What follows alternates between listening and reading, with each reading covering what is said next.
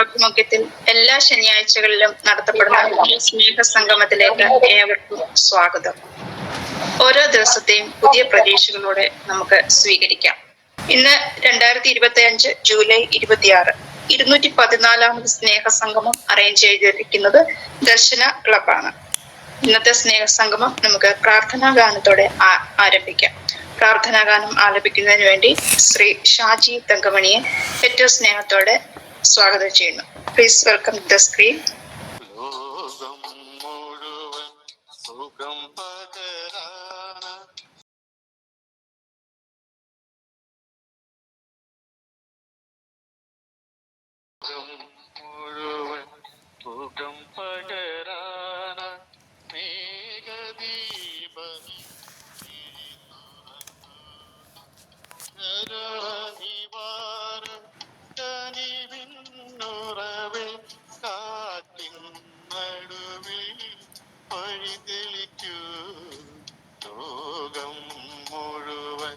സുഖം പകരാന സ്നേഹദീപമേ മിഴി തുറക്കൂ.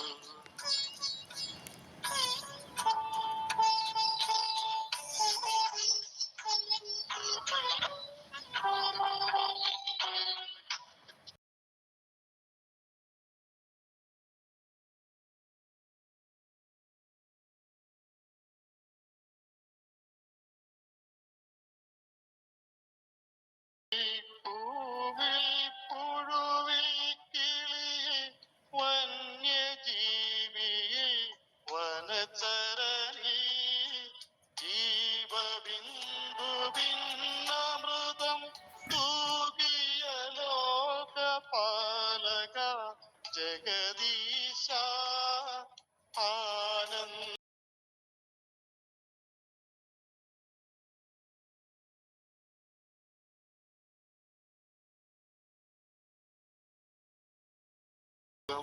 മുഴുവൻ സുഖം പകരാന സ്നേഹദീപമേ മിഴി തുറക്കൂ.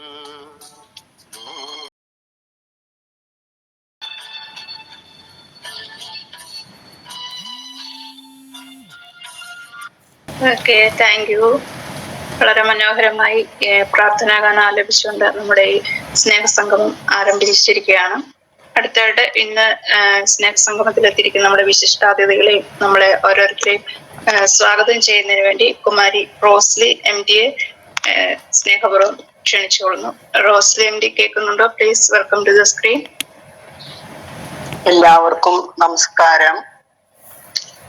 പ്രിയ സുഹൃത്തുക്കളെ, ദർശന ക്ലബിന്റെ ആഭിമുഖ്യത്താൽ എല്ലാ ശനിയാഴ്ചകളിലും നടത്തപ്പെടുന്ന 214 സ്നേഹ സംഗമത്തിലേക്ക് എല്ലാവരെയും സ്വാഗതം ചെയ്യുക എന്നതാണ് എൻ്റെ കർത്തവ്യം.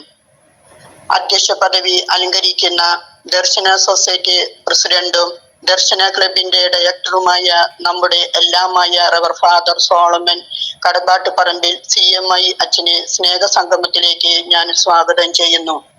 ഉദ്ഘാടനം ചെയ്യാനായി വന്നിരിക്കുന്ന ആത്മീയ ഉപദേഷ്ടാവ് സെന്റ് പോൾ പ്രവിശ്യയുടെ ആദ്യ വർഷ യോഹാർത്തി ഭവനം Koratty doctor father John Ollukkaran CMI അച്ഛനെ ഞാൻ സ്വാഗതം ചെയ്യുന്നു.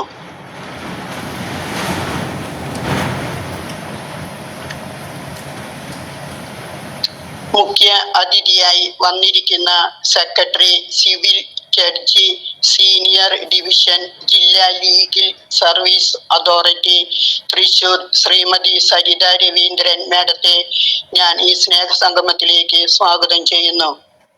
വിശിഷ്ട അതിഥിയായി വന്നിരിക്കുന്ന assistant conservator of forest Thrissur zoological park Najmal Ameen MN സാറിനെ ഈ സ്നേഹ സംഗമത്തിലേക്ക് ഞാൻ സ്വാഗതം ചെയ്യുന്നു. അവതരണം മനോഹരമായി നടത്തുന്ന കുമാരി സിബി കോനിയെയും പ്രാർത്ഥനാ ഗാനം ആലപിച്ച ശ്രീ ഷാജി തങ്കമണിയെയും ഈ സ്നേഹ സംഗമത്തിലേക്ക് ഞാൻ സ്വാഗതം ചെയ്യുന്നു.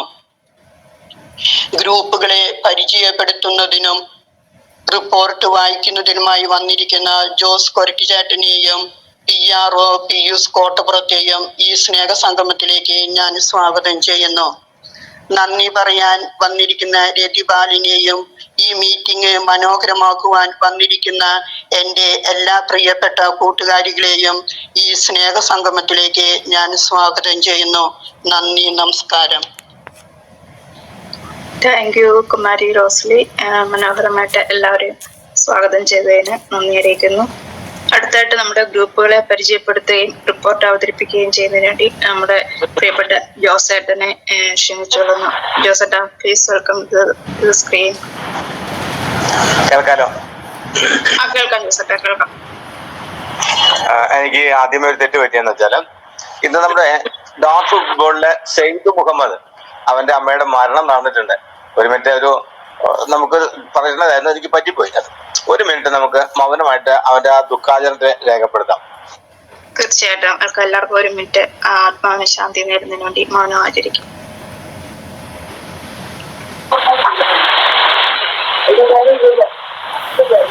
നാളെയാണ് മത്സരത്ത് കൊല്ലത്ത്. അവന്റെ വീട് ചന്ദ്രംപിന്നിയിലാണ്. ഇത് കഴിയുമ്പോൾ നറുക്കെടുപ്പ് ഉണ്ടായിരിക്കും കേട്ടോ. 2018 ഡിസംബർ 10 ദർശന ക്ലബ്ബ് തൃശ്ശൂരിൽ ആരംഭം കുറിച്ചു. തുടർന്ന് 4 വർഷങ്ങൾക്ക് ശേഷം 2022 ജനുവരി 19 ദർശന ക്ലബ്ബ് ദർശന സർവീസ് സൊസൈറ്റി എന്ന പേരിൽ രജിസ്റ്റർ ചെയ്യപ്പെട്ടു. ദർശന ക്ലബ്ബ് ദർശന സർവീസ് സൊസൈറ്റിയുടെ ഒരു യൂണിറ്റായി പ്രവർത്തിച്ചു വരുന്നു. 2024 ജനുവരി 19 ദർശന ക്ലബ്ബ് രജിസ്ട്രേഷൻ ചെയ്യപ്പെടുകയുണ്ടായി. ദർശന സർവീസ് സൊസൈറ്റി ഇന്ത്യ മുഴുവൻ മുഖ്യമായും ഭിന്നശേഷിക്കാരുടെ സർവോന്മുഖ പുരോഗതിക്ക് വേണ്ടിയും പാർശ്വവൽക്കരിക്കപ്പെട്ടവരും അവഗണിക്കപ്പെട്ടവരുമായ വ്യക്തികളുടെ ക്ഷേമപ്രവർത്തനങ്ങൾക്ക് വേണ്ടിയും പ്രവർത്തിച്ചുകൊണ്ടിരിക്കുന്നു.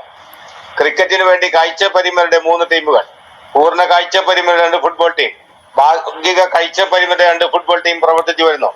കാഴ്ച പരിമിത ശിങ്കാരിമേള ടീം, അവരുടെ തന്നെ ഓർക്കസ്ട്ര ടീം, ഫ്യൂഷൻ ടീം, നാടൻ പാട്ട് എന്നിവ എടുത്തു പറയത്തക്ക ശ്രദ്ധേയമായ പ്രോഗ്രാമുകളാണ്. കൂടാതെ കാഴ്ച പരിമിതർക്ക് വേണ്ടിയുള്ള ചെസ്സും ഡ്രാമ ടീമും പ്രവർത്തിച്ചു വരുന്നു. ദർശന സ്വിമ്മിംഗ് ടീം കാഴ്ച പരിമിതർക്കും ചലന പരിമിതർക്കും ഉയരം കുറവുള്ളവർക്കും സ്ത്രീ പുരുഷ ഭേദമന്യേ നീന്തൽ പരിശീലനം നൽകുകയും ജില്ലാ, സംസ്ഥാന, ദേശീയ തലങ്ങളിലേക്ക് മത്സരങ്ങൾക്കായി പ്രാപ്തരാക്കുകയും ചെയ്യുന്നു. ദർശന വീൽചെയർ ബാസ്കറ്റ്ബോൾ ടീം ചലന പരിമിതർക്ക് വേണ്ടി സ്പോർട്സ് വീൽചെയർ ഉപയോഗിച്ചുകൊണ്ട് സ്ത്രീ പുരുഷ ഭേദമന്യേ ബാസ്കറ്റ്ബോൾ പരിശീലിപ്പിക്കുകയും സംസ്ഥാന, ദേശീയ തലങ്ങളിലേക്ക് സജ്ജരാക്കുകയും ചെയ്യുന്നു.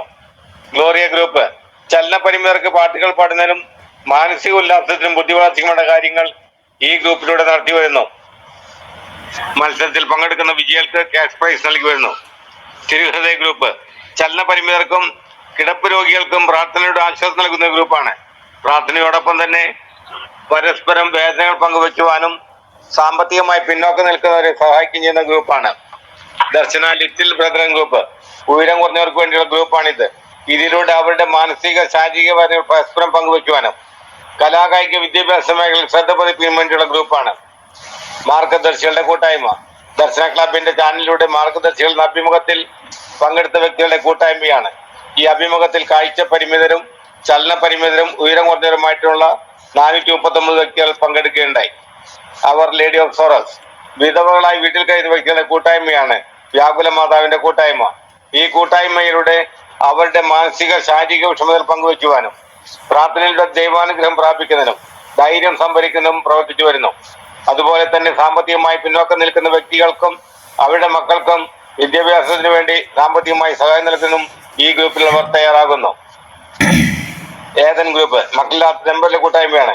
ഏതെങ്കിലും വിധത്തിൽ വിഷമം അനുഭവിക്കുകയും തിരസ്കാരം നേടുകയും ചെയ്യുന്ന ദമ്പതികൾ ഒത്തൊരുമിച്ച് പരസ്പരം വിഷമതകൾ പങ്കുവയ്ക്കുവാനും സാമൂഹ്യ പ്രവർത്തനങ്ങളുടെ കർമ്മനിരതരാകാനും ഈ ഗ്രൂപ്പിലുള്ളവർ തയ്യാറാകുന്നു. ദർശന യൂട്യൂബ് ചാനൽ 2020 ഏപ്രിൽ മാസത്തിൽ ആരംഭിച്ച ദർശന ക്ലബ് യൂട്യൂബ് ചാനൽ ഭിന്നശേഷിക്കാരുടെ അഭിമാനമായ ചാനലായി മാറിക്കഴിഞ്ഞിരിക്കുന്നു.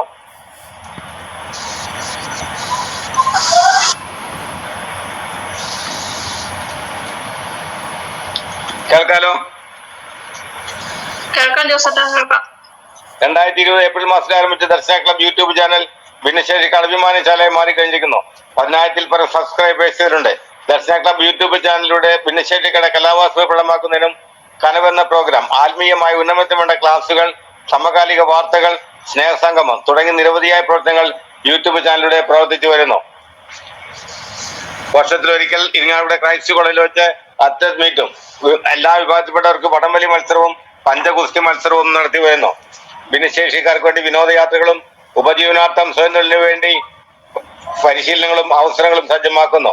ദർശനയുടെ പ്രവർത്തനങ്ങൾക്ക് സാമ്പത്തികമായി സഹായിക്കുന്നതിന് സുമനസുകളായ വ്യക്തികളുടെ DSS ദർശന ഫ്രണ്ട്സ് ഗ്രൂപ്പും പ്രവർത്തിച്ചു വരുന്നു. ദർശനയുടെ പ്രവർത്തനങ്ങൾക്ക് ന്യൂനതവും ക്രിയാത്മകവുമായ ചിന്തകൾ പങ്കുവയ്ക്കുവാനും ഊർജ്ജസ്വലമായി പ്രവർത്തിക്കുന്നതിനും വേണ്ടി ഒരു ഉപദേശക സമിതിയും പ്രവർത്തിച്ചു വരുന്നു. സ്നേഹസംഗമം എല്ലാ ശനിയാഴ്ചകളിലും ഉച്ചയ്ക്ക് 1:30 ദർശന ക്ലബ് ഓൺലൈനിൽ സ്നേഹസംഗമം കൂട്ടായ്മ നടത്തി വരുന്നു. ഈ സ്നേഹസംഗമത്തിൽ പങ്കെടുക്കുന്ന മത നേതാക്കന്മാരുടെ ഉദ്ഘാടനം ചെയ്യപ്പെടുന്ന മോട്ടിവേഷൻ ക്ലാസുകളും സർക്കാരിന്റെ വിവിധ ഡിപ്പാർട്ട്മെന്റുകളിൽ വരുന്ന വ്യക്തികളുടെ മുഖ്യ പ്രഭാഷണങ്ങളും ഡിപ്പാർട്ട്മെന്റുകളെ പറ്റി പരിചയപ്പെടുത്തലുകളും സമൂഹത്തിന്റെ മുന്നിലുള്ള വ്യക്തികളുടെ പ്രസംഗങ്ങളും ഈ പ്രോഗ്രാമിൽ നടത്തി വരുന്നു. റിപ്പോർട്ട്. സ്നേഹം നിറഞ്ഞവരെ, 19/7/2025 ശനിയാഴ്ച ഉച്ചയ്ക്ക് 1:30 ദർശന ക്ലബ് ഡയറക്ടർ ബഹുമാനപ്പെട്ട റവറൻ ഫാദർ സോളമൻ കടമ്പാട്ട് പറമ്പിൽ സിഎംയുടെ അധ്യക്ഷതയിൽ ചേർന്ന 213ാമത് സ്നേഹസംഗമത്തിന്റെ റിപ്പോർട്ട്. ഇന്നത്തെ സ്നേഹസംഗമം നടത്തിയത് ദർശന ക്ലബ്. അവതരണം കുമാരി ലീന MJ നാട്ടിക. പ്രാർത്ഥനാ ഗാനം ആലപിച്ചത് കുമാരി ക്ലാര ജോസഫ് കാസർഗോഡ്. സ്വാഗതം കുമാരി LC പഴുവി. ഗ്രൂപ്പ് പരിചയപ്പെടുത്തി റിപ്പോർട്ട് അവതരണം ശ്രീ KJ ജോസ് കൊരട്ടി. റിപ്പോർട്ട് യോഗം പാസാക്കി. തുടർന്ന് അധ്യക്ഷൻ. എല്ലാവർക്കും നമസ്കാരം. പങ്ക് പ്രൊജക്റ്റിലെ സംഗമം ഉണ്ടായിരുന്നു. PC തോമസ് സാറിന്റെ ജന്മദിനമായിരുന്നു. സബ് കളക്ടർ വന്നിരുന്നു. മഴവിൽ മനോരമയിൽ പങ്കെടുക്കാൻ പോകുന്നു. 26 സ്വിമ്മിംഗ് കോമ്പറ്റീഷൻ. 27-ാം തീയതി പങ്ക് പ്രോജക്ടിന്റെ അവസാന ദിവസം. സാധിക്കുന്നവർക്ക് എല്ലാവർക്കും വരാം. ആശംസകൾ നേർന്നുകൊണ്ട് നിർത്തുന്നു. ഉദ്ഘാടനം ചെയ്തത് കൊരട്ടി സെന്റ് മേരീസ് ഫൊറോന പള്ളിയിലെ അസിസ്റ്റന്റ് വികാരി റവറൻ ഫാദർ ആൽബിൻ വെള്ളാഞ്ചിയിൽ അച്ഛനായിരുന്നു. എല്ലാവർക്കും സ്തുതിയായിരിക്കട്ടെ. വ്യത്യസ്തമായ കഴിവുകളുടെ വ്യക്തികളുടെ മുൻപിലായിരിക്കാൻ സാധിച്ചതിന് നന്ദി. ജോസേട്ടനാണ് എന്നെ യോഗത്തിലേക്ക് വിളിച്ചത്. സുവിശേഷത്തിൽ താലത്തിന്റെ ഉപമ പറഞ്ഞു. നിങ്ങളുടെ ഊർജ്ജസ്വലത വളരെ മനോഹരമാണ്. നിങ്ങൾ പരിമിതികളില്ലാതെ പങ്കുവയ്ക്കുന്നു.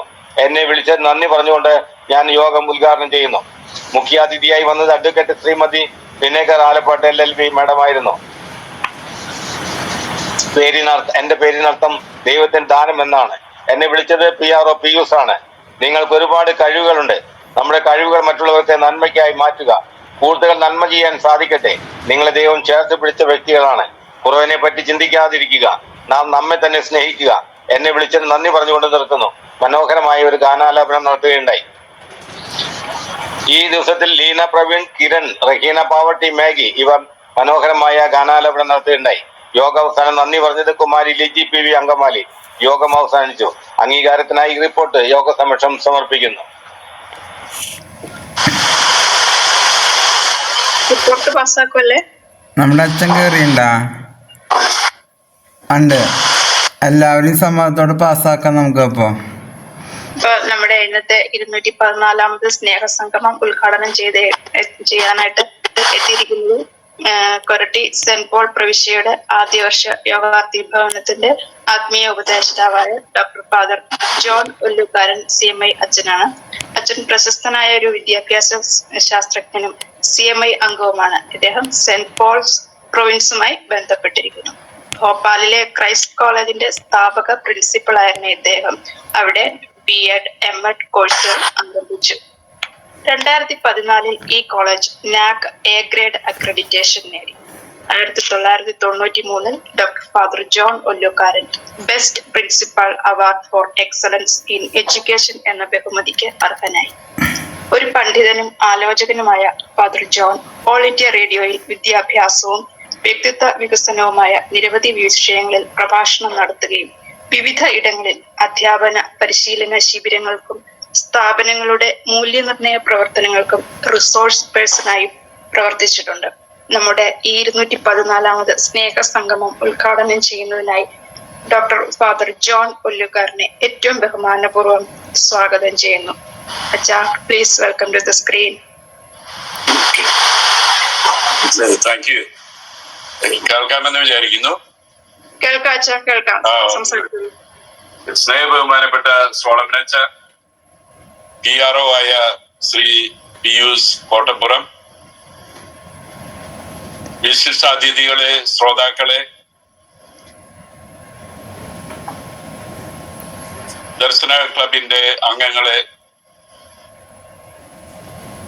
ദർശന സൊസൈറ്റിയുടെയും ദർശന ക്ലബിന്റെയും ഭാഗമായി ഇന്ന് നടക്കുന്ന ഈ പരിപാടിയിൽ പങ്കെടുക്കുവാൻ കഴിഞ്ഞത് വലിയൊരു ഭാഗ്യമായി കരുതുകയും വളരെ സന്തോഷിക്കുകയും ചാരിതാർത്ഥ്യം ഉൾക്കൊള്ളുകയും ചെയ്യുകയാണ്.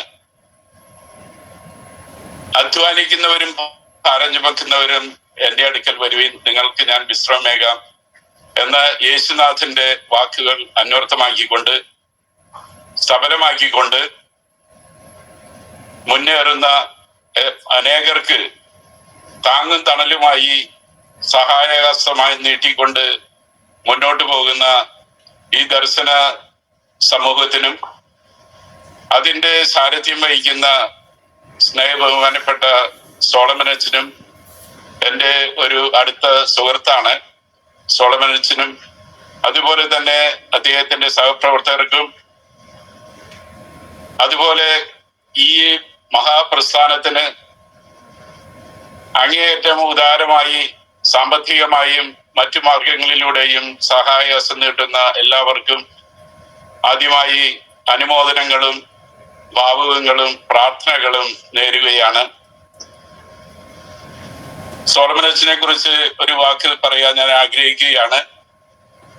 സോളമനച്ചനെ നവവൈദികനായിരിക്കുമ്പോൾ മുതൽ ഞാൻ അറിയും. ഭോപ്പാലിൽ വെച്ച് മനസ്സലിയുന്ന ഒരു ഹൃദയത്തിന്റെ ഉടമയാണ് ബഹുമാനപ്പെട്ട സോളമനച്ചൻ.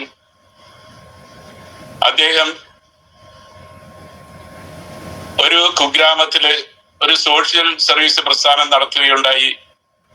എല്ലാവരും ഉപേക്ഷിച്ച് കളഞ്ഞ ഒരു സ്ഥാപനമായിരുന്നു അത്. അദ്ദേഹം അവിടെ ചെന്നപ്പോഴും കണ്ടത് വളരെയധികം യുവതി യുവാക്കന്മാരുണ്ട്.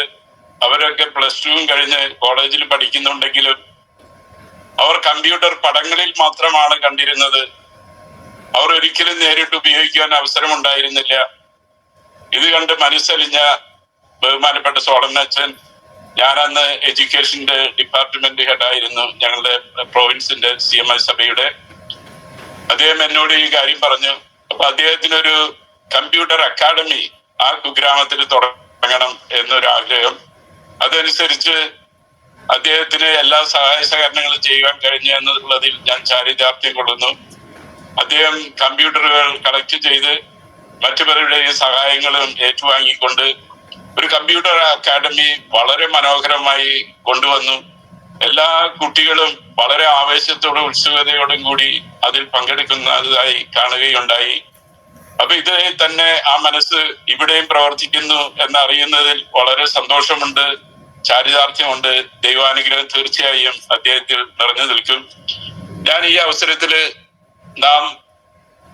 നമുക്ക് ഏവർക്കും പ്രചോദനം നൽകുന്ന, അതായത് നിസ്സഹായരും ബലഹീനരുമായവർക്ക് മാത്രമല്ല എല്ലാവർക്കും വളരെ പ്രചോദനമേകുന്ന 2 മഹത് വ്യക്തികളെ നിങ്ങളുടെ മുമ്പിൽ അവതരിപ്പിക്കുകയാണ്. ഒരുപക്ഷെ നിങ്ങൾ കേട്ടിട്ടുണ്ടാകും. ഒരാള് അരുണിമ സിൻഹ എന്ന ഒരു പ്രശസ്തയായ ഒരു വ്യക്തിയാണ്. ആളുടെ ജീവിതത്തിലേക്ക് തിരിഞ്ഞു നോക്കുമ്പോൾ നമുക്ക് പല പാഠങ്ങളും പഠിക്കാനുണ്ട്. 2011 24 വയസ്സ് പ്രായമുള്ളപ്പോൾ നാഷണൽ ഫുട്ബോൾ ടീമിലെ വോളിബോൾ ടീമിലെ അംഗമായിരുന്നു അരുണിമ സിൻഹ. ലഖ്നൌവിലാണ് വീട്. അവിടെ നിന്ന് ട്രെയിനിൽ ഡൽഹിയിലേക്ക് യാത്ര തിരിക്കുകയാണ്. വീട്ടുകാരുടെ അനുഗ്രഹ ആശീർവാദങ്ങളോടുകൂടി കുടുംബത്തിന് അഭിമാനമാകുന്നതിനും സ്പോർട്സ് ഫീൽഡിൽ ഒരു നില ഉറപ്പിക്കുന്നതിനും അതുപോലെ തന്നെ പല അവസരങ്ങളുണ്ടായിരുന്നു. പോലീസിലോ അല്ലെങ്കിൽ ആർമിയിലോ ചേരുന്നതിനും ഉള്ള എല്ലാ വിവരങ്ങളോടും കൂടി പ്ലാനുകളോടും കൂടി ഡൽഹിയിലേക്ക് തിരിക്കുകയാണ്. ആ യാത്രാ മധ്യേ ആ യുവതിയെ കൊള്ളക്കാർ ആക്രമിച്ചു. അവർ സാധനങ്ങൾ പറിച്ചെടുക്കാൻ തുടങ്ങി. കായിക ബലമുള്ള ഈ യുവതി അവർക്ക് വിട്ടുകൊടുത്തില്ല. അവർ പലരുണ്ടായിരുന്നത് കൊണ്ട് അവർ ഈ യുവതിയെ ട്രെയിനിൽ നിന്ന് താഴേക്ക് തള്ളിയിട്ടു. ചെന്ന് വീണത് മറ്റൊരു ട്രാക്കിലേക്കായിരുന്നു. മറ്റൊരു ട്രെയിൻ വന്നു. ആളുടെ ഇടതുകാൽ ചതഞ്ഞരിഞ്ഞു പോയി. അത് കഴിഞ്ഞ് ഹോസ്പിറ്റലിൽ വെച്ചാണ് ഇത് ബോധം വരുന്നത്. ബോധം വന്നപ്പോഴ് ഒരു കാലില്ല, അത് ആംപുട്ടേറ്റ് ചെയ്ത് കഴിഞ്ഞിരിക്കുകയാണ്. അപ്പൊ എല്ലാവരും ആകെ അത്ഭുതപ്പെട്ട് എന്ത് ചെയ്യും, ഇനി ആരായാലും ജീവിതം തകർന്നു പോയി എന്ന് കരുതുന്ന നിമിഷങ്ങളായിരുന്നു അത്.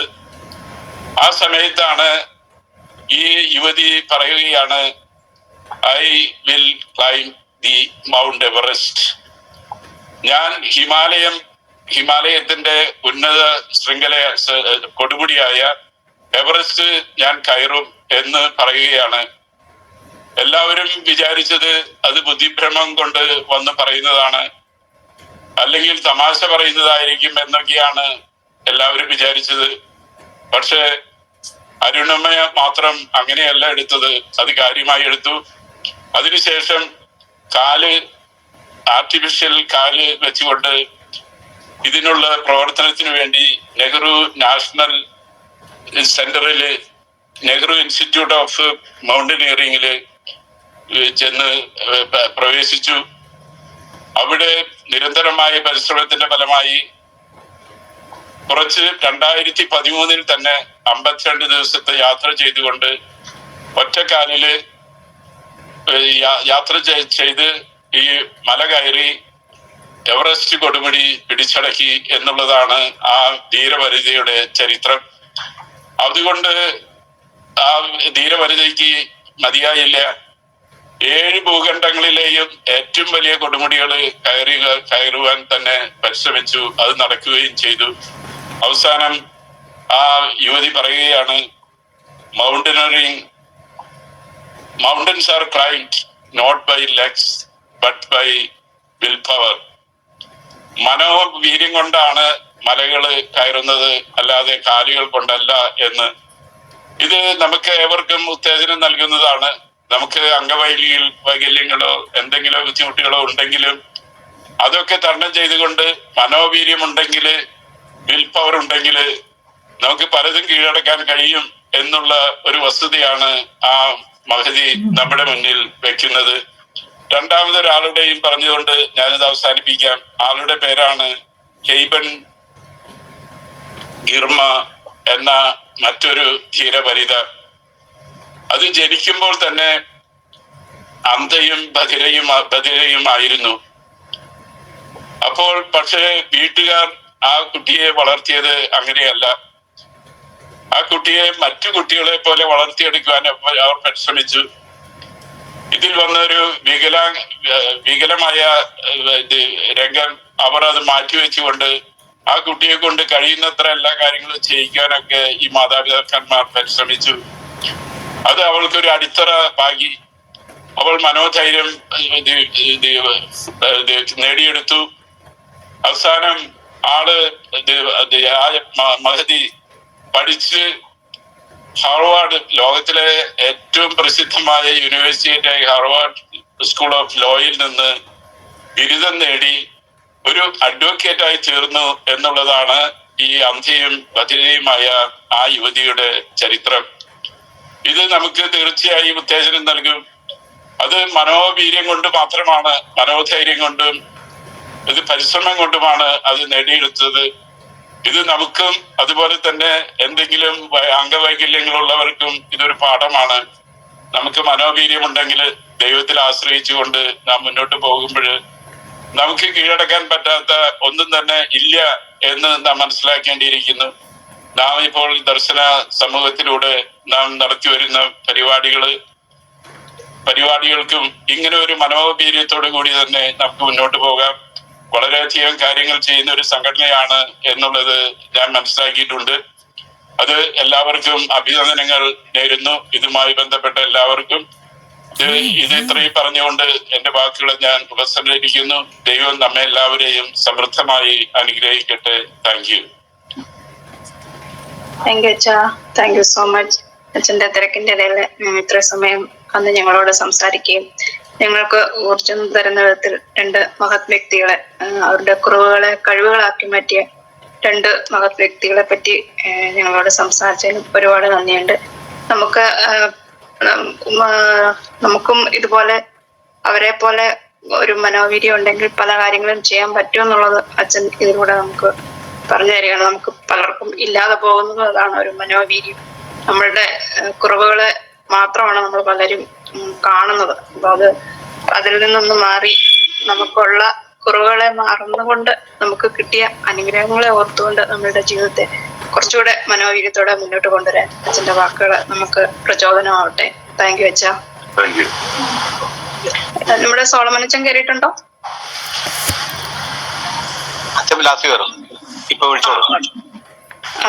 ഓക്കെ. അപ്പൊ നമുക്ക് അടുത്തായിട്ട് നമ്മുടെ മുഖ്യ അതിഥിയായിട്ട് ഇന്ന് എത്തിച്ചേർന്നിരിക്കുന്നത് ശ്രീമതി സരിത രവീന്ദ്രനാണ്. മാഡം തൃശൂർ ജില്ലാ ലീഗൽ സർവീസ് അതോറിറ്റിയുടെ സീനിയർ ഡിവിഷൻ സെക്രട്ടറി സിവിൽ ജഡ്ജിയുമാണ്. അപ്പൊ നമ്മുടെ ഈ സ്നേഹസംഗമത്തിന്റെ മുഖ്യ അതിഥിയായിട്ട് മാഡത്തിനെ ഏറ്റവും സ്നേഹപൂർവ്വം സ്വാഗതം ചെയ്യുന്നു. മാഡം കയറിയിട്ടുണ്ടോ? Okay, welcome madam. ഗ്രൂപ്പിലുള്ള എല്ലാവർക്കും നമസ്കാരം. ഞാൻ കാണുന്നത് ഒരു 50 പേരോളം ഈ ഗ്രൂപ്പിൽ ഉണ്ടെന്നാണ്. ശരിക്കും പറഞ്ഞാൽ ഒരു മീറ്റിങ്ങിനെ അഡ്രസ് ചെയ്യണമെങ്കിൽ ആ മീറ്റിങ്ങിൽ ആരൊക്കെയാണുള്ളത് എന്ന് നമ്മൾ നേരിട്ട് കണ്ട് സംസാരിക്കുമ്പോഴാണ് നമുക്കൊരു സാറ്റിസ്ഫാക്ഷൻ ഉണ്ടാവുക. കാരണം അവരാരാണ് അല്ലെങ്കിൽ എന്നെ കേൾക്കുന്ന ആരാണ് എന്ന് ഞാൻ അറിഞ്ഞിട്ട് സംസാരിക്കുക എന്നുള്ളതാണ്. എനിക്കിപ്പോ കേട്ടറിവ് മാത്രമേ ഉള്ളൂ. വളരെ അപ്രതീക്ഷിതമായിട്ടാണ് ഇങ്ങനെ ഒരു മീറ്റിങ്ങിനെ അഡ്രസ് ചെയ്യാനുള്ള ഒരു സാഹചര്യം ഉണ്ടായത്. 2 ദിവസം മുമ്പ് എന്താ പറയാ, ഞാൻ ഒരു ജഡ്ജി ആണെന്ന് അറിഞ്ഞുകൊണ്ട് എന്റെ വീടിന്റെ ഫ്രണ്ടിലൂടെ നിങ്ങളുടെ ഈ ഒരു അസോസിയേഷനുമായി ചേർന്ന് പ്രവർത്തിക്കുന്ന തോമസ് എന്ന് പറയുന്ന ഒരു വ്യക്തി പാസ് ചെയ്ത് പോയി. ജസ്റ്റ് എന്നെ കണ്ടു, എന്റെ വീട്ടിൽ വന്ന് എന്നോടത്ത് മീറ്റിംഗിൽ ഒന്ന് വരാമോ എന്ന് ചോദിച്ചു. അപ്പൊ നാളത്തെ നീന്തൽ പ്രോഗ്രാമിനാണ് അദ്ദേഹം എന്നെ ഇൻവൈറ്റ് ചെയ്തത്. അപ്പൊ ഞാൻ പറഞ്ഞു സൺഡേ ആയതുകൊണ്ട് ഞാൻ അവൈലബിൾ ആയിരിക്കില്ല എന്ന് പറഞ്ഞപ്പോഴാണ് എന്റെ നമ്പർ മേടിച്ചിട്ട് ഫാദറിനെ കൊണ്ട് കൊടുത്തു. ഫാദറിനെ കൊണ്ട് വിളിപ്പിച്ചിട്ട് അപ്പൊ ഇന്നത്തെ ഒരു മീറ്റിംഗിലേക്ക് മുഖ്യ അതിഥിയായി വരാനായിട്ട് ഫാദർ എന്നോടത്ത് സംസാരിച്ചത്. അപ്പം കുറച്ച് കാര്യങ്ങൾ ഈ ഒരു ദർശന ക്ലബാണ് അല്ലേ, ക്ലബാണ് എന്ന് ഞാൻ മനസ്സിലാക്കുന്നു. അപ്പൊ ഈ ഒരു ക്ലബിനെ കുറിച്ച് കുറച്ച് എനിക്ക് പറഞ്ഞു തന്നു. അപ്പൊ പിന്നെ ഈ ഒരു അച്ഛന്റെ പ്രസംഗത്തിലൂടെയും സിബിയുടെ സംസാരത്തിലൂടെയും ഫസ്റ്റ് ഫാദർ ആണെന്ന് തോന്നുന്നു ഒരാൾ സംസാരിച്ചത് ഞാൻ കേട്ടു. ഇപ്പൊ എന്നെ സംബന്ധിച്ചിടത്തോളം നിങ്ങൾ ഈ അച്ഛൻ ഇപ്പൊ ഉദ്ഘാടകനായാലും വളരെ നല്ലൊരു മോട്ടിവേഷൻ ആണ് പറഞ്ഞിട്ടുള്ളത്.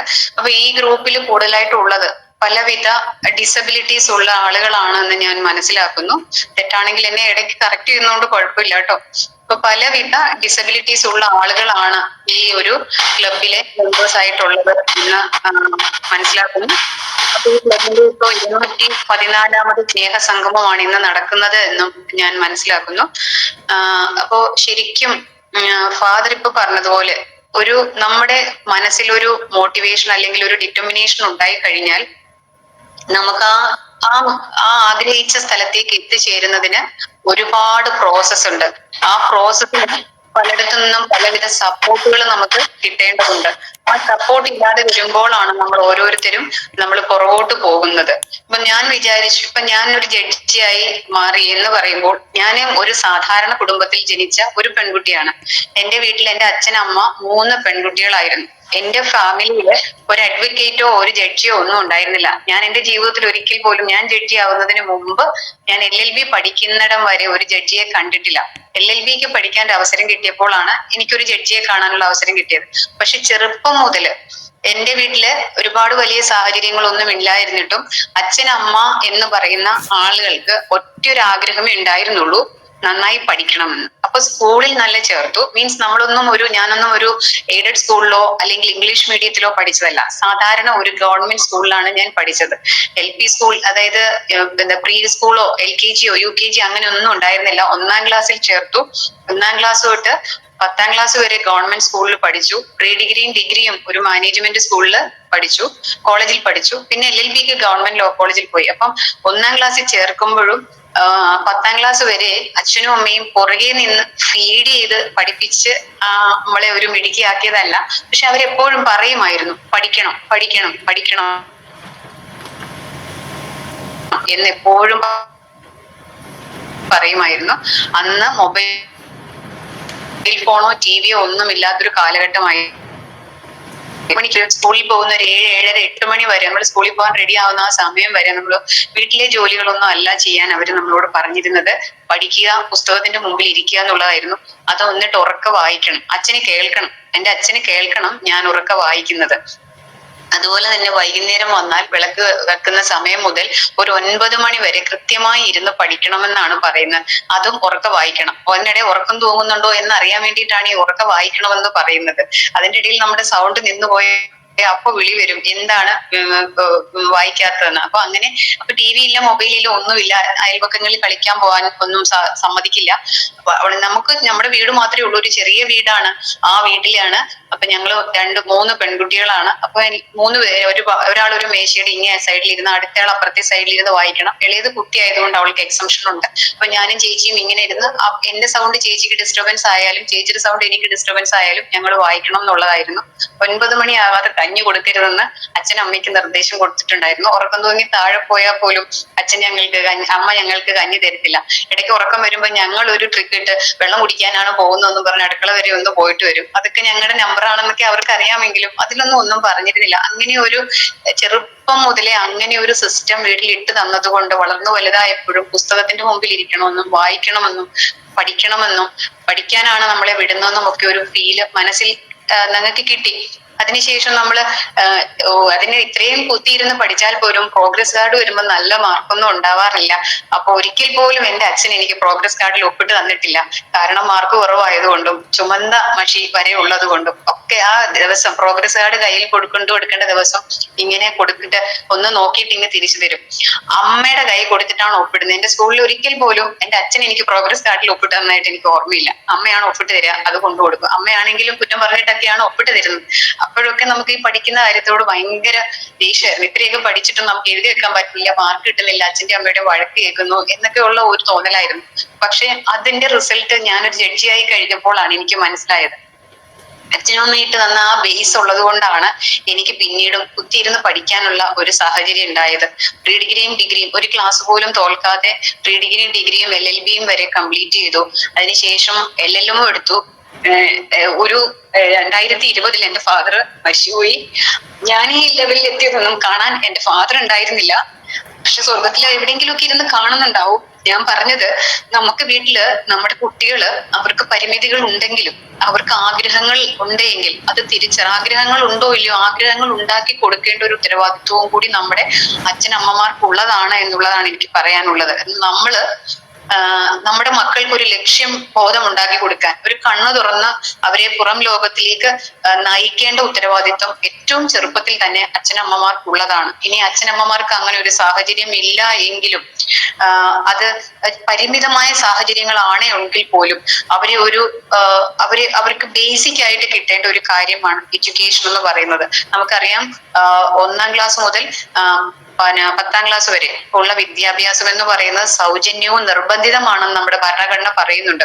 അപ്പൊ അവരെ സ്കൂളുകളിൽ നിർബന്ധമായിട്ടും വിടണം. സ്കൂളിൽ അവർ പഠിക്കുന്നുണ്ടോ, അവരെ പഠിക്കാൻ അവർക്ക് എവിടെയാണ് അവർ ഫെയിലിയർ ആയിട്ടുള്ളത്, അവിടെ അവർക്കൊരു സപ്പോർട്ട് കൊടുക്കാൻ നമ്മൾക്ക് കഴിയണം.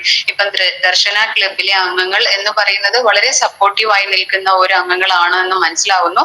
അപ്പൊ ഇതിന്റെ സ്ഥാപക അച്ഛനെ കുറിച്ച് പറഞ്ഞത് തന്നെ അദ്ദേഹത്തിന്റെ ആ ഒരു ഡെഡിക്കേഷൻ ആണ്. അപ്പൊ ഇതിലെ അംഗങ്ങളായിട്ടുള്ള ആർക്കെങ്കിലും കുട്ടികൾക്ക്, ചെറിയ കുട്ടികളാണെങ്കിൽ അവർക്ക് പഠിക്കാനുള്ള സാഹചര്യം ഇല്ല എങ്കിൽ അത് നമ്മൾ ഐഡന്റിഫൈ ചെയ്ത് അവർക്ക് സ്കൂൾ പഠനത്തിന് ആവശ്യമായ സഹായങ്ങൾ, സൗകര്യങ്ങൾ ചെയ്തു കൊടുക്കണം. നിർബന്ധമായിട്ടും നമ്മൾ എഴുതാനും വായിക്കാനും മനസ്സിലാക്കിയിരിക്കണം. അതുപോലെ തന്നെ അതിലും ഏജ്ഡ് ആയിട്ടുള്ള ആളുകളാണെങ്കിൽ അവർക്ക് എവിടെയാണ് സ്കില്ല് എന്ന് തിരിച്ചറിഞ്ഞ് പ്രോത്സാഹിപ്പിക്കുന്നുണ്ടെന്ന് എനിക്കറിയാം കേട്ടോ. ഞാൻ ചിലപ്പോ ഇതിൽ ഇങ്ങനെ വന്ന് പറയുന്നത് കൊണ്ട് എന്തെങ്കിലും എക്സസ് ആയി പോയിട്ടുണ്ടെങ്കിൽ എന്നോട് ക്ഷമിക്കണം.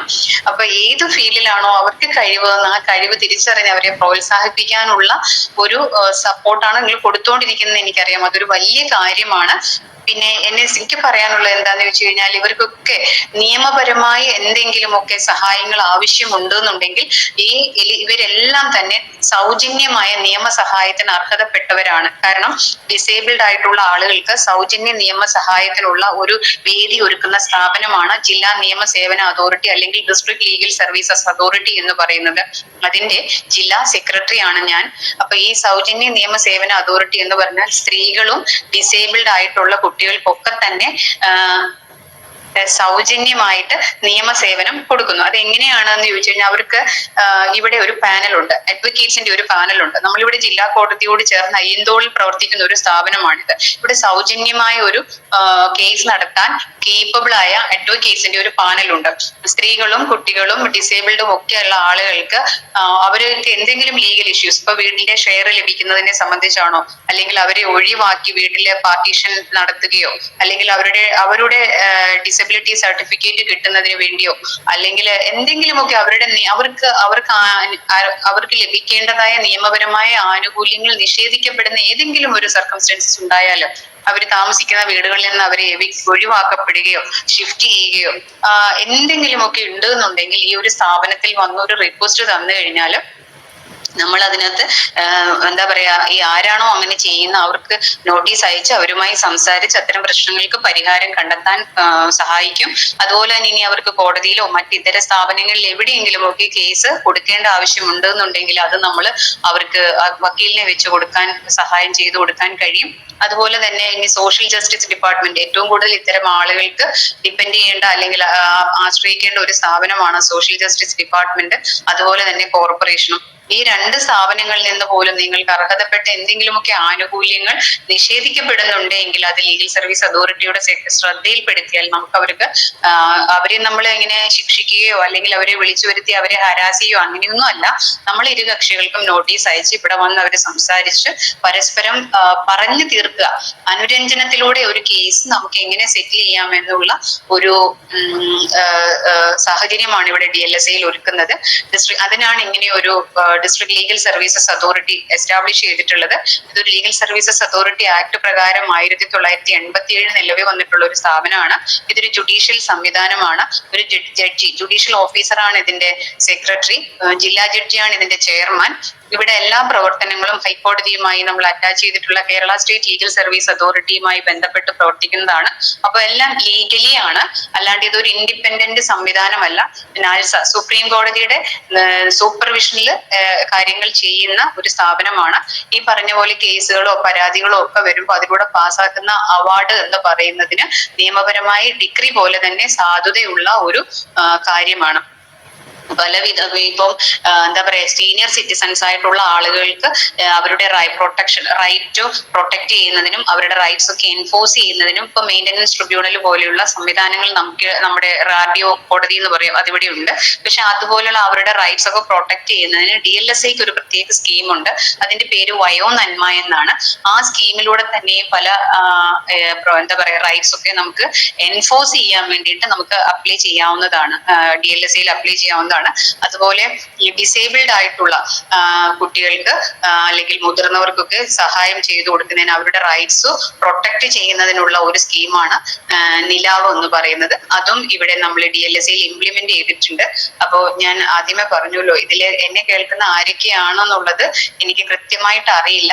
എന്നാലും നിങ്ങൾക്ക് അറിയാം, ഇതുപോലെയുള്ള അർഹതപ്പെട്ടായിട്ടുള്ള അല്ലെ ആളുകൾ അവകാശങ്ങൾ നിഷേധിക്കപ്പെടുന്ന ആരെങ്കിലും ഒക്കെ നമ്മുടെ ഇടയിൽ ഉണ്ട് എന്നുണ്ടെങ്കിൽ അവരുടെ പരിമിതികളെ മൈൻഡ് ചെയ്യാതെ അവരുടെ അവകാശങ്ങൾ നിഷേധിക്കപ്പെടുന്നുണ്ടെങ്കിൽ അത് എൻഫോഴ്സ് ചെയ്യുന്നതിന് വേണ്ടി നമുക്കൊരു ഫോറം ഉണ്ട്. ഇപ്പൊ കോടതിയിലൊക്കെ പോകാൻ പലർക്കും ബുദ്ധിമുട്ടായിരിക്കും. കാരണം കോടതിയിൽ ചെല്ലണം, വക്കീലിനെ കാണണം, കേസ് കൊടുക്കണം, പിന്നെ വർഷങ്ങളോളം അതിന്റെ പുറകെ നടക്കണം എന്നൊക്കെ ഉള്ള ഒരു കാരണം കൊണ്ട് തന്നെ പലർക്കും കോടതിയിലൊക്കെ ചെല്ലാൻ ബുദ്ധിമുട്ടായതുകൊണ്ട് ആരും അത്തരം കാര്യങ്ങൾക്ക് മെനക്കെടാറില്ല. പിന്നെ ഒരു കൂടെ എപ്പോഴും ഒരാൾ വേണം എന്നുള്ളത് കൊണ്ട് ഇത്തരം ആളുകളെ കൊണ്ട് ആരും എപ്പോഴും എങ്ങോട്ടും പോവാറില്ല. പക്ഷെ ഡിസ്ട്രിക്ട് ലീഗൽ സർവീസസ് അതോറിറ്റിയിൽ വന്നു കഴിഞ്ഞ് ഒരു പരാതി കൊടുത്താൽ ഓപ്പോസിറ്റ് സൈഡിനെ ഒന്ന് വിളിച്ചു വരുത്തി കേൾക്കാനുള്ളൊരു സമയം എടുക്കും. അത് 1-2 പോസ്റ്റിംഗ്, എതിർകക്ഷി വന്ന ഫസ്റ്റ് പോസ്റ്റിംഗിൽ തന്നെ നമുക്ക് സംസാരിച്ച് തീർക്കാവുന്നതാണ്.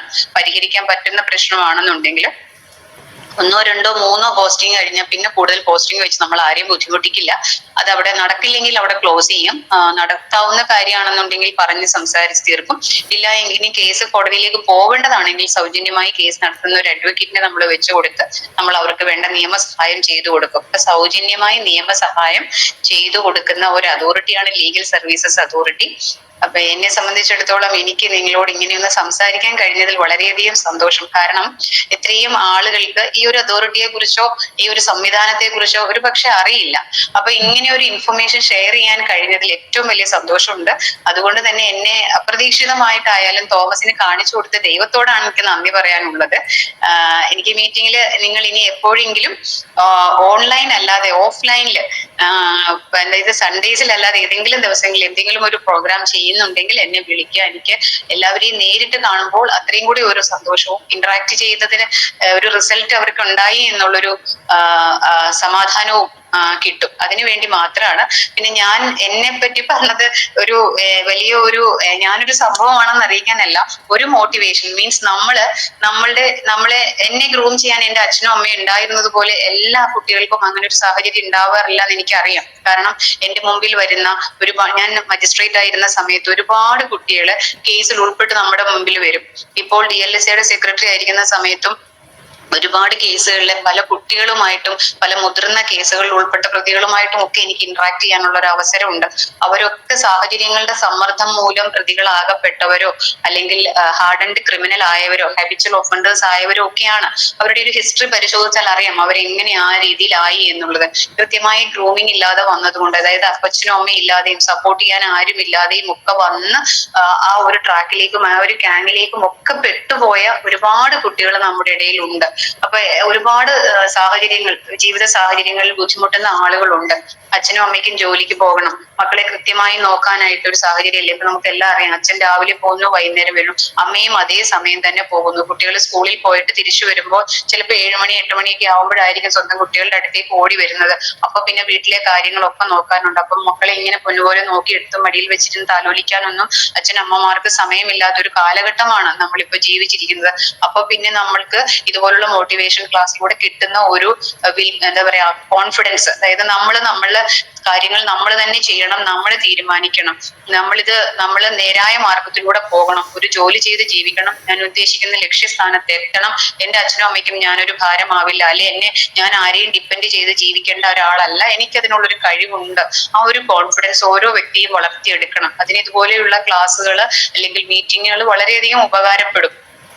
എല്ലാവർക്കും കഴിവുണ്ട്. ഡിസേബിൾഡ് ആണെങ്കിൽ പോലും നമുക്ക് കഴിവുകളുണ്ട്, ഒരുപാട് കഴിവുകളുണ്ട്. അപ്പൊ നമ്മൾ ആ കഴിവുകൾ എന്താണെന്ന് തിരിച്ചറിഞ്ഞ് അതിലേക്ക് അത് ചെയ്യാനുള്ള ഒരു മനസ്സ് കാണിച്ച് മുന്നോട്ട് വരണം എന്ന് മാത്രമാണ് പറയാനുള്ളത്. നമ്മുടെ ഇപ്പോഴത്തെ പിന്നെ ഇപ്പൊ കേട്ടിരിക്കുന്ന ആളുകളുടെ ഏജോ അവരുടെ കാര്യങ്ങളും പിന്നെ എന്താ പറയാ അവരുടെ നേച്ചറോ ഒന്നും എനിക്കറിയില്ല. എങ്കിൽ പോലും ഇപ്പോൾ നമ്മുടെ സൊസൈറ്റി എന്ന് പറയുന്നത് ഒരുപാട് ആളുകളെ ചൂഷണം ചെയ്തുകൊണ്ടിരിക്കുന്ന ഒരു സമയം, സെക്ഷുവലി ആയാലും ഡ്രഗ് അബ്യൂസിന്റെ കാര്യത്തിലൊക്കെ ആയാലും ഒരുപാട് എക്സ്പ്ലോയിറ്റേഷൻസ് നടന്നുകൊണ്ടിരിക്കുന്ന ഒരു കാലമാണ്. ഇപ്പൊ വളരെയധികം ജാഗരൂകരായിരിക്കണമെന്നാണ് എനിക്ക് പറയാനുള്ളത്. അറിഞ്ഞോ അറിയാതെയോ കേസിലെ പ്രതികളോ വിക്ടിംസോ ഒക്കെ ആയിരിക്കാനുള്ള ഒരു സാഹചര്യം ഉണ്ട്. കാരണം എന്താ പറയാ ഡ്രഗ് അബ്യൂസിന്റെ ഒരു ഡ്രഗ് ഉപയോഗിക്കുന്ന ആളുകളും അത് എന്താ പറയാ അത് കൂടുതൽ കേസുകൾ എന്നും രജിസ്റ്റർ ചെയ്യപ്പെടുന്നു. അപ്പൊ പലപ്പോഴും അറിഞ്ഞോ അറിയാതെയോ ഒക്കെ ബൈക്കിൽ യാത്ര ചെയ്യുമ്പോഴും അല്ലെങ്കിൽ ബസ്സിൽ യാത്ര ചെയ്യുമ്പോഴും ബാഗിനകത്ത് വെച്ചും നമ്മൾ അറിയാതെയൊക്കെ നമ്മുടെ കൈവശത്തിൽ ഈ സാധനങ്ങളൊക്കെ തന്നും ഒക്കെ ഒരുപാട് ചൂഷണങ്ങളും പലരും അറിയാതെ കേസിൽ പ്രതിയായി പോകുന്നുണ്ട്. അപ്പൊ അതൊക്കെ വളരെ കോൺഫിഡന്റ് ആയിട്ടിരിക്കണം, വളരെ ജാഗരൂകരായിരിക്കണം. നമ്മൾ ഫ്രണ്ട്സിനെ സെലക്ട് ചെയ്യുമ്പോൾ വളരെയധികം സൂക്ഷിക്കണം. ആരാണ്, എന്താണ്, എങ്ങനെയാണ്, അവരോട് കൂടെ പോയാൽ സേഫ് ആണോ എന്നൊക്കെ മനസ്സിലാക്കി നമ്മൾ ജീവിക്കേണ്ട ഒരു സമയമാണിത്. അതുപോലെ തന്നെ സെക്ഷൽ അബ്യൂസ് എന്ന് പറയുന്നതും വളരെയധികം കൂടുതലായിരിക്കുന്നു.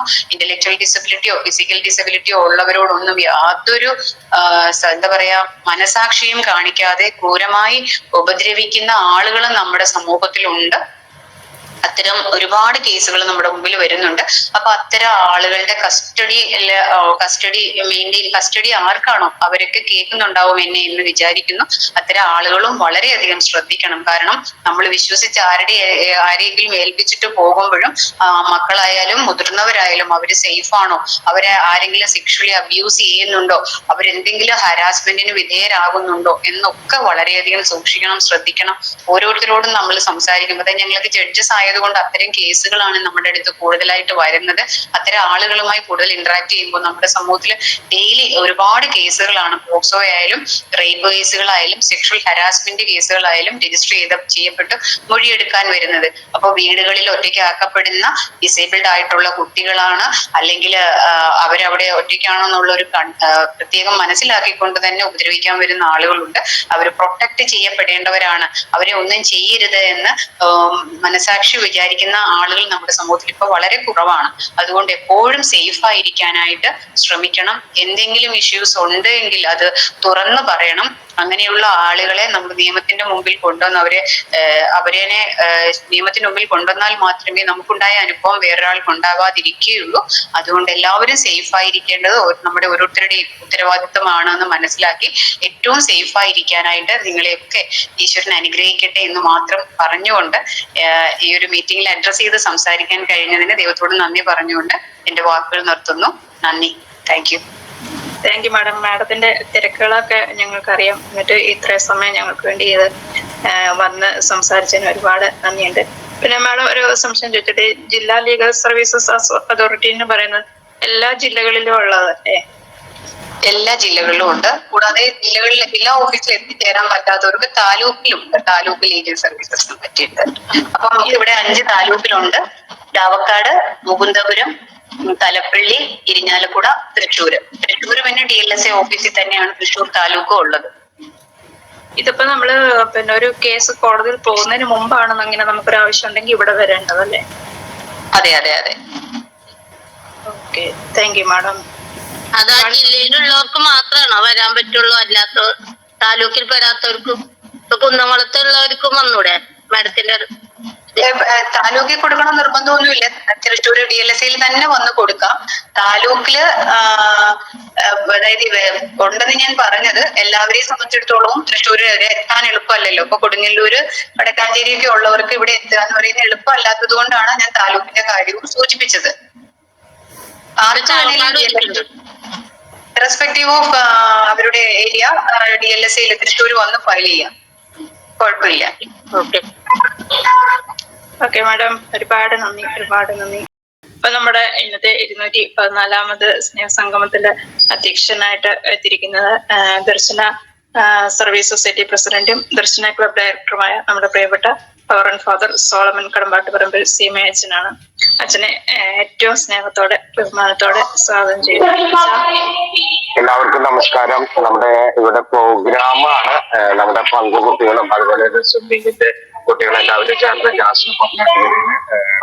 സ്വിമ്മിങ് കോമ്പറ്റീഷൻ ഒരുക്കങ്ങൾ നടക്കുകയാണ്. എന്തായിരുന്നാലും നമ്മള് അതിന്റെ ഒരു സ്വരം നിങ്ങളോട് കേൾക്കാൻ പറ്റുമായിരിക്കും എന്ന് പ്രതീക്ഷിക്കുന്നു. നമ്മുടെ ഈ സ്വിമ്മിങ്ങിലേക്ക്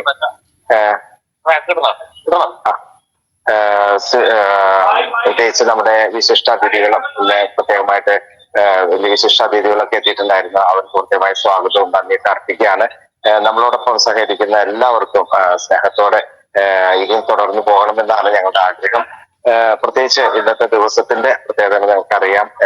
ഈ ദിവസം നമ്മള് സ്വിമ്മിങ്ങിന് വേണ്ടിയിട്ട് ഒത്തിരി ദിവസത്തെ പ്രിപ്പറേഷൻ, ഏകദേശം ഒരു മാസത്തിലധികമായിട്ട് സ്വിമ്മിങ്ങില് ഏകദേശം 12ഓളം കുട്ടികള് പഠിച്ചു. എല്ലാവരും അതിനൊക്കെ പ്രാപ്തരായിട്ടില്ല എന്ന് നമുക്കറിയാം. കുറച്ചു പേരൊക്കെ, ഒരു 4-5 പേരാണ് അതിലേക്ക് പ്രാപ്തരായിട്ടുള്ളത്. അവരും പഴയവരായിട്ടുള്ള കുറച്ചു പേരും ചേർന്നിട്ടാണ് ഇപ്പോ ദർശന സ്വിമ്മിങ് കോമ്പറ്റീഷൻ ഇവിടെ നടക്കുക. അത് ഏറ്റവും ഭംഗിയായിട്ട് നടക്കാനായിട്ട് നിങ്ങളുടെ പ്രാർത്ഥന കൊണ്ടാവണം. തുടങ്ങിയിട്ടില്ല. 4 മണിക്കാണ് സമാപനം. നമുക്ക് കുറച്ച് ഇവന്റ്സ് മാത്രമേ ഉള്ളൂ. അതുകൊണ്ട് എത്രയും പെട്ടെന്ന് 1 മണിക്കൂറിനുള്ളിൽ നമ്മുടെ എല്ലാ പ്രോഗ്രാമുകളും അവസാനിക്കും. അതുകൊണ്ട് സമയമുണ്ട്. നമുക്ക് 4 മണിക്ക് നമ്മുടെ എക്സൈസ് ഓഫീസർ ജോയിന്റ് ഡയറക്ടർ എത്തിച്ചേരുന്നതാണ്. അതുപോലെ തന്നെ SHO നമ്മുടെ പോലീസ് സ്റ്റേഷനിലെ ഒരു ഹെഡായിട്ടുള്ള വ്യക്തി ഇവിടെ എത്തിച്ചേരുന്നതാണ്. അപ്പൊ അങ്ങനെ എല്ലാവരും എത്തിച്ചേർന്ന് ഈ പ്രോഗ്രാം ഇന്ന് ഇവിടെ ഭംഗിയായിട്ട് നടക്കുന്നു. നാളത്തെ പ്രോഗ്രാം നമുക്ക് അവർക്ക് അറിയാവുന്ന പങ്കിന്റെ സമാപനമാണ്. നാളെ നമുക്ക് വേണ്ടി എത്തിച്ചേരുന്നത് ജഡ്ജ് ഷിബു എന്ന് പറയുന്ന സാറ് എത്തിച്ചേരുന്നുണ്ട്. അതുപോലെ തന്നെ ഡയറക്ടർ നാഗരാജ് സാറ് എത്തിച്ചേരുന്നുണ്ട് സുവോളജിക്കൽ പാർക്കില്. അപ്പൊ അതൊക്കെ ഭംഗിയായി തീരാനായിട്ട് നിങ്ങളുടെ പ്രാർത്ഥനയും കൃത്യമായ സഹകരണവും ഉണ്ടാവണം. എല്ലാവർക്കും കൃത്യമായ സ്വാഗതം. ഈ പ്രോഗ്രാമുകളിലേക്കൊക്കെ നിങ്ങൾക്ക് സാധിക്കുന്നവർക്കൊക്കെ വരാം. അല്ലെങ്കിൽ നിങ്ങളുടെ സാന്നിധ്യം ഉണ്ടാകണമെന്ന് അഭ്യർത്ഥിക്കുന്നു. മഹനീയമായ സാന്നിധ്യം, ആത്മീയമായ സാന്നിധ്യം ഒക്കെ ഉണ്ടാകണമെന്ന് അഭ്യർത്ഥിക്കുകയാണ്. അപ്പൊ ഒരിക്കൽ കൂടി എല്ലാവർക്കും ഈ ദിവസത്തിന്റെ സ്നേഹസംഗമത്തിന്റെ എല്ലാവിധ ആശംസകളും നേർന്നുകൊണ്ട് നിർത്തുന്നു. നന്ദി, നമസ്കാരം. താങ്ക് യു അച്ഛാ, താങ്ക് യു സോ മച്ച്. അടുത്തായിട്ട് നന്ദി പറയുന്നതിന് വേണ്ടി കുമാരി രതി ബാലനെ ഏറ്റവും സ്നേഹപൂർവ്വം സ്വാഗതം ചെയ്യുന്നു. രതി, രചന ക്ലബിന്റെ അഭിമുഖത്തിൽ നടക്കുന്ന ഗൂഗിൾ മീറ്റിംഗിൽ നന്ദി പറയുന്ന കർത്തവ്യമാണ് എനിക്കുള്ളത്. രചന സൊസൈറ്റിയുടെ പ്രസിഡന്റും രചന ക്ലബ് ഡയറക്ടറുമായ റവൻ ഫാദർ സോൾമൻ അച്ഛനെ എന്റെയും രചന ക്ലബിന്റെ പേരിൽ നന്ദി പറയുന്നു. അധ്യക്ഷൻ റവൻ സോൾമൻ അച്ഛന്റെ എന്റെയും രചന ക്ലബിന്റെയും പേരിൽ നന്ദി പറയുന്നു. ഉദ്ഘാടനത്തിന് എത്തിയ ഡോക്ടർ ഫാദർ അച്ഛനെയും രചന ക്ലബിന്റെയും എന്റെയും പേരിൽ നന്ദി പറയുന്നു. മുഖ്യ അതിഥിയായി വന്ന Saritha Raveendran, civil judge, senior division ജില്ലാ ലിങ്ക് സർവീസ് അതോറിറ്റി, എന്റെയും രചന ക്ലബിന്റെ പേരിൽ നന്ദി പറയുന്നു. അടുത്തതായി വിശിഷ്ടാതിഥിയായ എത്തിയ ശ്രീ ജമൽ അമീൻ എൻ കൺവെൻഡർ, ബാസോൾ, തൃശൂർ സുവോളജി പാർക്ക് എന്നിവരെയും എന്റെയും രചന ക്ലബിന്റെ പേരിലും നന്ദി പറയുന്നു. അവതരണം നടത്തുന്ന കുമാരി സിമ്മിയെയും എന്റെയും രചന ക്ലബിന്റെ പേരിൽ നന്ദി പറയുന്നു. അടുത്തതായി പ്രാർത്ഥനാഗാനം ചൊല്ലിയ ശ്രീ ഷാജി തങ്കമണിയെയും എന്റെയും രചന ക്ലബിന്റെ പേരിൽ നന്ദി പറയുന്നു. അടുത്തതായി സ്വാഗതം പറയുന്ന കുമാരി റോസിലിയെയും എന്റെയും രചന ക്ലബിന്റെ പേരിലും നന്ദി പറയുന്നു. അടുത്തതായി റിപ്പോർട്ട് വായിച്ച ജോസ് പൊരട്ടിച്ചേട്ടനെയും എന്റെയും രചന ക്ലബിന്റെ പേരിൽ നന്ദി പറയുന്നു. അടുത്തതായി രചന ക്ലബിന്റെ എല്ലാമായ പിയൂസ് കോട്ടപ്പുറത്തിനെ എന്റെയും രചന ക്ലബിന്റെ പേരിൽ നന്ദി പറയുന്നു. അടുത്തതായി ഗൂഗിൾ മീറ്റിംഗിന് വന്ന എല്ലാ കൂട്ടുകാർക്കും എന്റെയും രചന ക്ലബിന്റെ പേരിൽ നന്ദി പറയുന്നു. നന്ദി, നമസ്കാരം. എന്തെങ്കിലും തെറ്റുണ്ടെങ്കിൽ ക്ഷമിക്കണം കേട്ടാ, എനിക്ക് ശരിക്കും പറയാനൊന്നും അറിയില്ല. Thank you. Thank you Rathi, thank you. തെറ്റൊന്നുമില്ല, ഇങ്ങനെ പറഞ്ഞു നമ്മളൊന്ന് പഠിക്കും. അപ്പൊ ഇന്നത്തെ നമ്മുടെ 214ാമത് സ്നേഹസംഗമം ഇവിടെ അവസാനിക്കുകയാണ്. എത്തിച്ചേർന്ന എല്ലാവർക്കും നന്ദി അറിയിക്കുന്നു. അടുത്ത ആഴ്ച 215ാമത് സ്നേഹസംഗമത്തിൽ വീണ്ടും ഒത്തുചേരാം.